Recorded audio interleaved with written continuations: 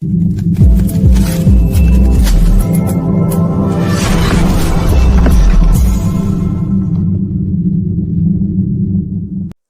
dostlarım, hepinize merhaba. Bu yayınımızda sizlerle birlikte dolar kuruna bakacağız. Dolarda özellikle bizler için önemli kritik bir direnç seviyesini yorumlayacağız.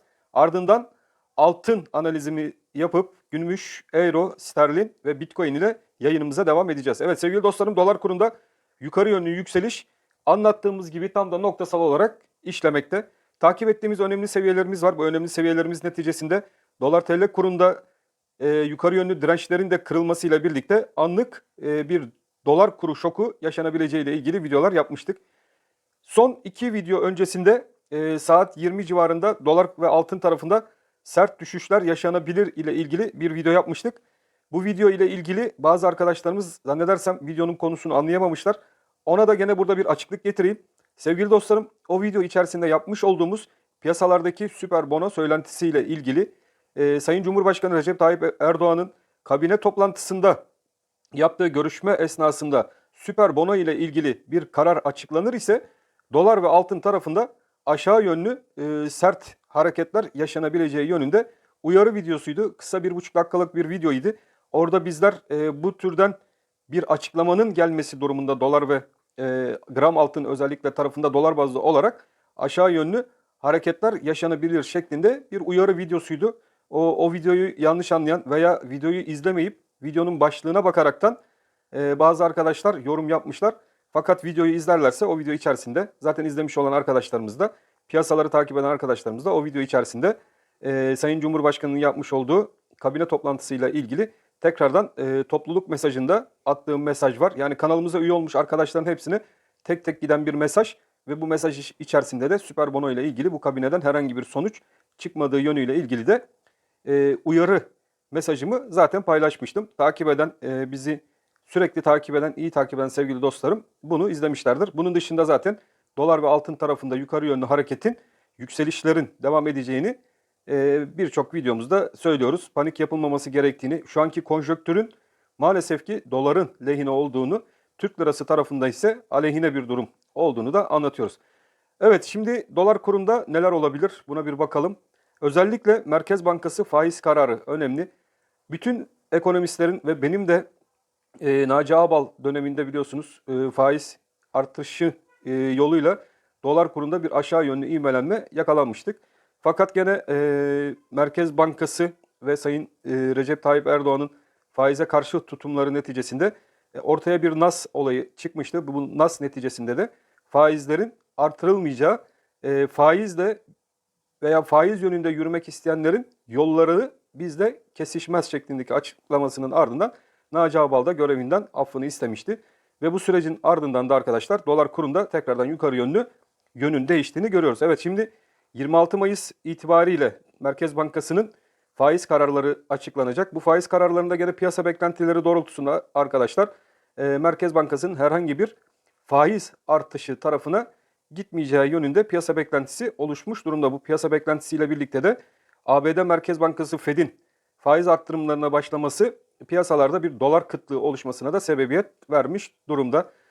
Merkez Bankası bu durumda faizleri sabit bırakır ise bakın sevgili dostlarım 16.50 direnci mevcut şu an dolar TL kurunda ve buradaki 16.50 direncini sizlerle birlikte takip ediyoruz. Önemli bir dirençtir ve kuvvetli bir dirençtir.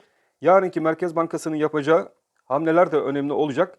Eğer ki gene Merkez Bankası tarafından yukarı yönlü bir faizlerin artırılması yönünde bir karar, ileriye dönük faizlerin yukarı çıkartılması ile ilgili bir karar çıkmaz ise buradaki 16.50 seviyesi dolar kurunda yukarı yönlü kırılır ve ilk etapta bizler 17 liralar ve üzerine doğru bir dolar kuru izleyebiliriz.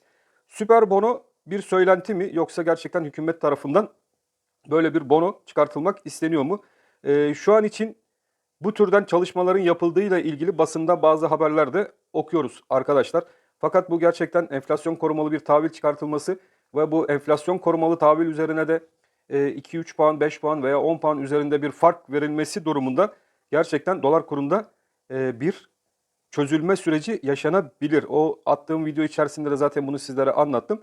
Dikkatli olmakta fayda var. Fakat tabii bu süper bonolar kısa çözümlerdir ve hazine tarafına da büyük yükler bindireceğinden dolayı ilerleyen dönemlerde hazinenin özellikle bu geri ödemeler tarafında zorluklar yaşanması da oldukça muhtemel. Buradaki parayı da bulabilmek için Merkez Bankası'nın para basmaya ihtiyacı olacağından dolayı enflasyonist baskının daha da körüklenmesi durumları yaşanabilir sevgili dostlarım. Bizler sizlerle birlikte artık 16.50 seviyesini takipteyiz. 16.50 önemli bir direnç. Aşağıda bizler için 16.22 seviyesinden geçen bölgemiz bir destek bölgesi. Şu an itibariyle 16.22. Bu Forex ve Viyop'ta işlem yapan arkadaşlarımız için destek önemli. Ve aşağıda artık en kuvvetli destek bölgesi de dolar kuru için 15 lira 98 kuruş civarından geçen alan olarak takip edilebilir. Bizlerin 16.50 seviyesini yukarı yönlü kırmamız demek arkadaşlar ilk etapta dolar TL kurunun 16.90 civarında bulunan direnç bölgesine doğru yukarı yönlü hareketleri seyretmemize sebebiyet verebilir. 16.50 seviyesindeki dirençce baktığımız zaman haftalık bir dirençtir ve bu direnç üzerindeki kapanışlar gerçekleşirse bizleri bir üst kanal seviyesine taşıyacağından dolayı üst kanalımızda bakın tam şu alan içerisinden geçmekte. Yani 16 seviyesinin üstündeki alan, şu boşluk alan bizler için tekrardan bir yukarı yönlü dolardaki kur hareketini getireceğinden dolayı 16.50 üzerindeki hareketlerde ise kurdaki 17 lira 20 kuruş seviyesine doğru yukarı yönlü hareketleri daha da sert bir şekilde yaşayabiliriz. Fakat şurada çizdiğimiz bir kanal var. Şu an için bu kanalın en üst band aralığındayız. Bakın sevgili dostlarım, doların hareket ettiği bir kanal aralığı ve kırması gereken bir 16.50 direnç bölgesi de mevcut. Sanırım bunu iyi bir şekilde sizlere anlatabildim. Yani şu 16.50 kapanışları önemli. Bunu takip edeceğiz. Buradaki kapanışları göremezsek tekrardan 16.22 ve hatta 15.98 civarına doğru geri çekilmelerde yaşayabiliriz. 16.50 üzerinde kapanışlar gelmeye başlar. Gene hareketler burada sertleşir ise de burada yeni hedef artık dolar kuru için 17 lira 20 kuruş seviyesine doğru giden bir dolar TL kuru da olacaktır. Faizlerde bakın arkadaşlar, faizlerde eğer ki bugün itibariyle gene piyasada bazı söylentiler çıkıyor. Faizlerde aşağı yönlü bir hareket olayı da yaşanabilir şeklinde. Eğer bu yönden faizlerde tekrardan bir düşüş yönünde bir karar alınırsa yani bunlar o zaman deriz ki bunlar çıldırmış olmalı ki böyle bir karar aldılar. Özellikle doları böyle bir hareket çıldırtır diyebilirim. Yani bir anda dolar kurunda 18 yani zirve seviyesi olan 18 lira 30 kuruş seviyesinin üzerlerine doğru da ani ataklar bu türden hareketlerin yaşanması yani faiz indirimine gidilmesi durumunda yukarı yönlü hareketleri de bir anda eski zirvesine doğru hızlı bir şekilde dolar kuru taşıyabilir. Yarınki Merkez Bankası kararları önemli olacak. Dolar kuru üzerinde CDS puanlarının da oldukça yüksek olması biliyorsunuz ülke risk puanı. Bu puan çok önemli. Özellikle kredi bulmakta ve ülke iflas puanı açısından da önemli bir puan. Bunlar da şu an çok yüksek. Ülkedeki yabancı akışına baktığımız zaman hemen hemen sıfıra yakın. Yani hiçbir yabancı yatırımı şu an itibariyle ülkeye girmemekte. Tabii bunun etkileri biraz da dış kaynaklı da olabiliyor. Artık yatırımcılar ince eleyip sık dokuyorlar. Bu türden karışık ortamlarda maalesef ki durum bu. İMKB 100 tarafına baktığımız zaman bugün piyasalar yukarı yönlü hareketin devam ettirdiler. %1.8 civarında bir yukarı yönlü yükseliş İMKB 100 tarafında borsalarda yaşandı. Borsalardaki harekete de baktığımız zaman gene bu süper bono olayının çıkması durumunda bu İMKB 100 tarafında da aşağı yönlü hareketler, borsadan çıkışlar ve para akışının süper bono tabirleri üzerine doğru akış göstereceği de unutulmamalı borsayı takip eden arkadaşlarımız açısından. Cari açık tarafına baktığımız zaman gene dolar kurunda cari açık tarafından bir eksi. Hemen hemen 5 milyar dolara yakın cari açık veriyoruz. Bu aylık olarak 5 milyar dolar civarındaki bir cari açıkta turizm gelirlerinden gelecek aylık 5 milyar 6 milyar dolarlık ancak turizm gelirlerini karşılayabilecek bir seviye. Fakat unutulmamalı ki dış borç ödemeleri 2022 yılı içerisindeki büyük miktarlardaki dış borç ödemeleri ve bu dış borç ödemelerinin de piyasadan çekilecek para kaynaklı çünkü CDS'ler yüksek olduğu için dışarıdan bir kredi şeklinde kullanılabilecek bir dolar maalesef ki bulamıyoruz. Bulamadığımızdan dolayı da özel sektör özellikle dolar ihtiyacını karşılayabilmek için iç piyasaya yöneliyor. İç piyasadaki dolar miktarı da ödenecek borcu karşılayabilir mi? Bunu da düşünmek lazım, iyi araştırmak lazım. Bu hareketler iyi, hoş hareketler değil. Eğer faiz inadımızda yükseltmeme yönünde faiz inadımızda ısrar eder bu tutumumuzu devam ettirirsek maalesef ki dolar kurunda 18.35 olan zirve seviyesini de aşıp beklentim olan 2022 yılı içerisindeki 25 Türk lirası civarına doğru giden bir dolar Türk lirası da kaçınılmaz olacaktır diye düşünmekteyim sevgili dostlarım. Piyasaları yakından izliyoruz. Şu anki konjonktür doların TL karşısında maalesef ki güçlü duruşunu devam ettiriyor. Altın tarafına gene baktığımız zaman FED'in tutanakları, FED faiz artışları altının ons tarafında baskı oluşturmaya devam ediyor. Bu baskı hala FED'in faiz arttırdığı sürece devam edecektir. Ons bazlı altın tarafında yukarı yönlü bizler için 1830 destek bölgesi önemli bir bölge. Bu destek bölgesi üzerinde kaldıkça altında yukarı yönlü 1880 dolarlar civarına doğru hareket beklentimiz hala devam ediyor sevgili dostlarım. İlk etapta şu 1880 dolar civarlarının görüleceğini tahmin etmekteyiz. 1840 seviyesinde şu kısa yönlü bir gene destek bölgesi var ve onun altında da 1830 destekleri takip edilebilir ons tarafında. Şimdi ons ve dolar tarafını inceledikten sonra gram altın takip eden arkadaşlarımız için gram altını açtığımız vakit gram altında tam biliyorsunuz çizdiğimiz grafik üzerinde noktasal bir şekilde çalışmış, tam Başkan 35 ve takipçilerine yakışır bir şekilde yaptığımız analiz noktasal olarak çalışmış durumda. 970 TL kısadaki hedefimiz vardı ve bu 970 TL çok belirleyici olacak. Güçlü bir direnç bölgesi. Gram TL'yi takip eden sevgili dostlarımız döviz kurundaki özellikle artışın 16.50 direnç noktasını da takip edecekler. Çünkü biliyorsunuz ons dolar çarpımı gram altın fiyatını ülkemizde belirlediğinden dolayı dolardaki 16.50 üzerine atıp buralarda kalıcı olabilir ise dolar kuru, gram altın tarafında da yukarı yönlü hareketler bizim beklentilerimiz dahilinde 970'i yukarıya yönlü kırıp 1060 TL civarına doğru gramda yukarı yönlü hareketleri başlatabilir. O yüzden 970 direnci gram altın takip eden sevgili dostlarımız için önemli bir direnç noktası. Stokastik indikatörüne baktığımız zaman 20 üzerindeki yukarı yönlü hareketin devam edeceğinin sinyalini hala stokastik indikatörü veriyor. Yani 970'i dikkatli takip et diyor gram altın yatırımcıları için. Bu direncin yukarı yönlü kırılması ilk etapta 1016 kısadaki 1016 Türk lirası civarına doğru gram altın hareketini yukarı yönlü tetikleyecektir. Siz de bu hareketleri burada yakinen takipte olun sevgili dostlarım. Evet, altın dolar tarafını inceledik. Hemen euro tarafına geçelim. Bakalım euroda son durum ne şekilde? Euro Türk lirasına baktığımız zaman Euro Türk lirasında arkadaşlar yukarı yönlü sert bir hareket yaşadık ve tam gene noktasal olarak burada da bakın tam şu seviyeden bir alım yakalanabileceğiyle ilgili video yapmıştık Euro takip eden arkadaşlarımız için. 15.40 seviyesinden ve buradan bir hareketin yukarı yönlü Euro'yu çok sert bir şekilde yukarı atacağını söylemiştik ve videolarımızda bunu belirtmiştik. Aynı durum dolar kuru için de geçerli. Ayrıca sterlin takipçileri için de geçerli demiştik. Ve dediğimiz gibi tam da buradan sert bir yukarı yönlü hareket 17 lira 40 seviyesine doğru Euro'da yaşandı. Peki şimdi Euro'da önemli olan direnç. Evet, 17.40 direnci çok önemli. Bakın şuraya noktasal olarak alayım. Sizler de takip edin. Bizler için 17.40 bu direnç çok önemli. Sizler de günlük kapanışlarda 17.40 direncini takipte kalacaksınız. Çünkü 17.40 üzerinde tutunması yukarıda arkadaşlar Euro'nun da hareketlerini tam şuradaki bölge olan 17.75-76 civarına doğru yukarı yönlü taşımaya devam edecektir. Euro'da 2022 yılı içerisinde de arkadaşlar ben 20 liralar civarında bir euro görebileceğimizi düşünmekteyim. Stokastik indikatörüne baktığımız zaman aşırı alım bölgesine yerleşmeye çalışan bir stokastik. 4 saatlikte hala aşırı alım bölgesinde olan bir stokastik. Daha kısa saatlik bazda baktığımız zaman gene aşırı alım bölgesine yerleşmiş bir stokastik. Dikkatli olarak 17.40 takip edilmeli diyor. 17.40'ın aşılması durumunda yukarı yönlü hareketlerin sert devamının gelebileceği ile ilgili bir sinyal. Haftalık bazda baktığımızda evet burada haftalık bazda da yukarı yönlü çok ufak bir al sinyali yakması demek.